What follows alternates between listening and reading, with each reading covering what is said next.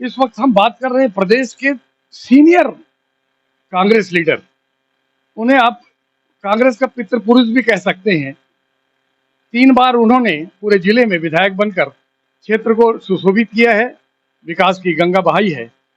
इस बार चुनाव में, विधानसभा चुनाव में इतने सीनियर लीडर की उपेक्षा अखिल भारतीय कांग्रेस कमेटी द्वारा की गई है। तो ऐसे कौन से कारण रहे होंगे कि धमतरी विधानसभा में साहू को साहू से लड़ाना है, सिहावा क्षेत्र में मरकाम को मरकाम से लड़ाना है, कुरुद में चंद्राकर को चंद्राकर से लड़ाना है। ये जो गणित है, ये सीनियर लीडर ही ऐसे उलझे हुए सवालों के जवाब दे सकते हैं। और जिन्हें टिकट दिया गया है, उनके नामों को लेके इतनी हताशा, निराशा और शून्यता है कि पक्ष के साथ साथ विपक्ष भी चौंका हुआ है और वो मान के चल रहा है कि ये बाक ओवर है। हम जानना चाहेंगे होरा जी से कि ये जो नई परिस्थितियां बनी हैं, उन्हें वे कैसा देखते हैं। निश्चित है, स्थितियां तो बदलती रहती है, बनती रहती है और हमेशा हाईकमान का जो निर्णय होता है तो उसको मानना पड़ता है। कोई भी पार्टी का हाईकमान जो होता है, मगर क्या होता है, कभी कभी निर्णय लेने में गलतियां होती है और वो गलती मैं समझता हूँ कि हर जगह नहीं होती, कहीं कहीं गलतियां होती है। और कुछ चंद लोग ऐसे होते हैं जिनको अपना खुद का वर्चस्व बनाए रखने के लिए ऐसी गलतियां कराते हैं। और मैं समझता हूँ कि जिस तरीके से खुद का वर्चस्व चाहते हैं, वो खुद भी डूबे हुए हैं और तो ऐसे में दूसरे को भी डुबाना चाहते हैं, ऐसा मैं समझता हूँ। इस समय जो जिनको टिकट दी गई है, ओंकार साहू, उनके बारे में बताया जाता है कि नगर पंचायत जैसा आमदी का चुनाव भी वो 200-250 वोट से हारे हैं। ऐसी खतरनाक परिस्थितियों में सीनियर लीडर क्या सोचते हैं कि कितनी बड़ी जीत की ओर वो जा रहे हैं, या पार्टी को अपनी स्थितियों को सामना करना पड़ेगा। निश्चित ही स्थितियां तो बदलती है। मैंने जैसे कहा कि जो नगर पंचायत के चुनाव में लड़े थे, हारे थे, तो हार जीत तो चलती है, मैं समझता हूँ। मगर इस तरीके से जो एक नगर पंचायत का चुनाव होता है, और मैं खुद भी उनको नहीं जानता, आज 20 साल से धमतरी का चुनाव लड़ रहा हूँ। मैं खुद भी नहीं जानता और पहले भी कभी देखा नहीं था। उसको आज टिकट दी गई है तो निश्चित है हाईकमान का जो निर्णय है वो अपनी जगह ठीक ही होगा। कुछ लोगों का ऐसा मानना है कि ये जो राजनीतिक परिस्थितियां नई बनी हैं, विपक्ष को वॉक ओवर मिल रहा है, भाजपा को वॉक ओवर मिल रहा है। तो वो उस स्थिति के लिए क्या पार्टी मना स्थिति बना चुकी थी, जिस तरह आपने इशारा दिया। नहीं, मैं समझता हूँ कि जिस तरीके से टिकट दी गई है और हमारे मुख्यमंत्री का निर्णय है, पार्टी का निर्णय है, तो निश्चित ही भूपेश बघेल ने बहुत काम किया है।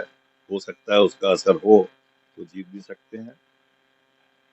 हमारी जहां तक जानकारी है कि इस बार अखिल भारतीय कांग्रेस कमेटी के महासचिव वेणुगोपाल की चली है, मुख्यमंत्री की भी नहीं चली है। ऐसी चर्चाएं, हवाएं सरगर्म है। आप कैसा देखते हैं? हाँ, नहीं, हाईकमान की तो चलती है, मगर हाईकमान को खबर तो नीचे लेवल से ही जाती है और जब नीचे लेवल से जाती है तो फिर हाईकमान उस पर निर्णय लेता है। शहर में एक चर्चा बहुत जोरों से चल रही है।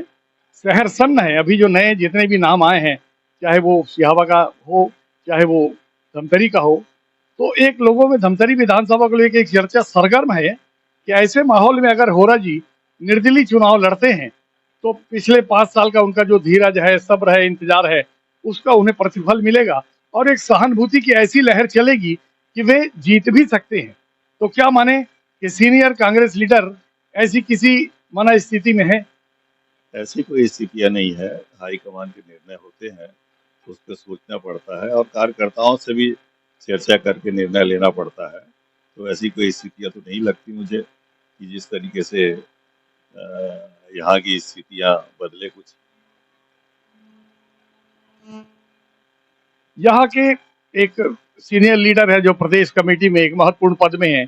बताया जाता है कि उनका हस्तक्षेप धमतरी विधानसभा में बहुत ज्यादा है और अपने किसी प्रिय व्यक्ति को, या कहना चाहिए मित्र को, या कहिए हम निवाला हम प्याला को वो टिकट देना चाहते थे। उस झगड़े में आपकी टिकट लटक गई, हमारी ऐसी जानकारी है। क्या सच्चाई है? अब ये तो मुझे जानकारी नहीं है, हाईकमान से पूछना पड़ेगा कि क्या सच्चाई है और किसके कहने से इस तरीके का निर्णय लिया गया है। तो हाईकमान से चर्चा करके पाना पड़ेगा। जैसा कि हमने पहले ही कहा था कि पितृपुरुष है, सीनियर लीडर है और बहुत कूटनीतिक इशारों से भी जवाब देते हैं कि प्रदेश की राजनीति किस तरफ जा रही है, धमतरी विधानसभा की राजनीति किस तरफ जा रही है और कौन किसका प्रिय था। बहुत सारी बातें हमने सीनियर लीडर से की है जो पूरे जिले में 3 बार के विधायक हैं और विपणन संघ के अनेक पदों को सुशोभित कर चुके हैं और सर्वाधिक लोकप्रिय विधायकों में से होरा जी एक रहे हैं। कुछ प्रश्न? मैंने पहले भी कहा कि पहले तो हाईकमान के निर्णय क्या होगा, कैसा होगा, अभी 30 तारीख तक के टाइम है और बाकी कार्यकर्ताओं से भी चर्चा करेंगे क्या स्थिति है, क्या चाहते हैं, उनकी भी मनोस्थिति को समझना पड़ेगा, उसके बाद ही कोई आदमी निर्णय लेता है। विधानसभा में बन रही है जिसमें एक बहुत बड़ा कांग्रेस का जो वर्ग है कार्यकर्ताओं का इस बुरी तरह निराश है कि वो डिप्रेशन की सीमा तक चला जाएगा ऐसा लगता है। ऐसे हालात में इस तरह खुला इस विधानसभा क्षेत्र को रखते हुए किसी को वॉक ओवर दे देना, क्या लगता है इसमें किसी की कोई मिलीभगत दूर दूर तक लगती है आपको? निश्चित ही कहीं ना कहीं कोई ना कोई किसी न किसी व्यक्ति को तकलीफ होती है। खुद तो कभी चुनाव लड़े नहीं और कुछ चुनाव जानते नहीं और वो आज सीनियर लीडर है तो निश्चित ही उस पर कोई असर तो पड़ता ही है। आकाश जी, मंडी अध्यक्ष को पार्टी ने, आपकी जो अखिल भारतीय कांग्रेस कमेटी है, धमतरी विधानसभा सीट के लिए उनको योग्य माना है, तो कितनी प्रसन्नता की लहर है कांग्रेस जनों में?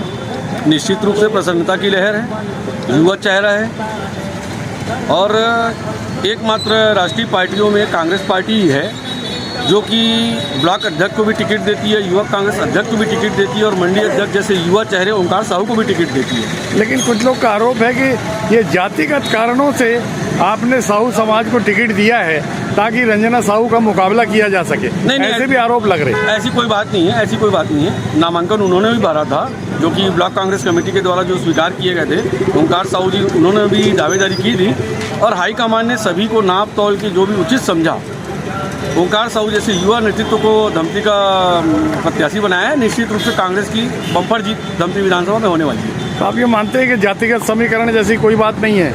मुझे नहीं लगता जातिगत वाली बात है।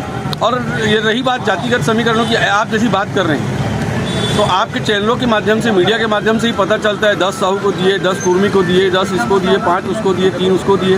तो ये सब राजनीतिक पार्टियों का हथकंडा हो सकता है, लेकिन हम जैसे कार्यकर्ताओं के लिए एक युवा चेहरा ओंकार साहू बेहतर प्रत्याशी होंगे और धमतरी में एक ऐतिहासिक जीत की ओर हम बढ़ेंगे।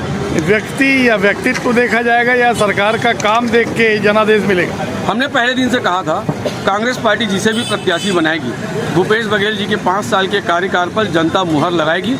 एक अच्छी बात रही, युवा चेहरे को मौका दिया गया है। धमतरी की जनता विकास चाहती है, युवा चेहरा लंबे रेस के घोड़े साबित होंगे और निश्चित रूप से भूपेश बघेल जी के कार्यों पर धमतरी की जनता मुहर लगाएगी।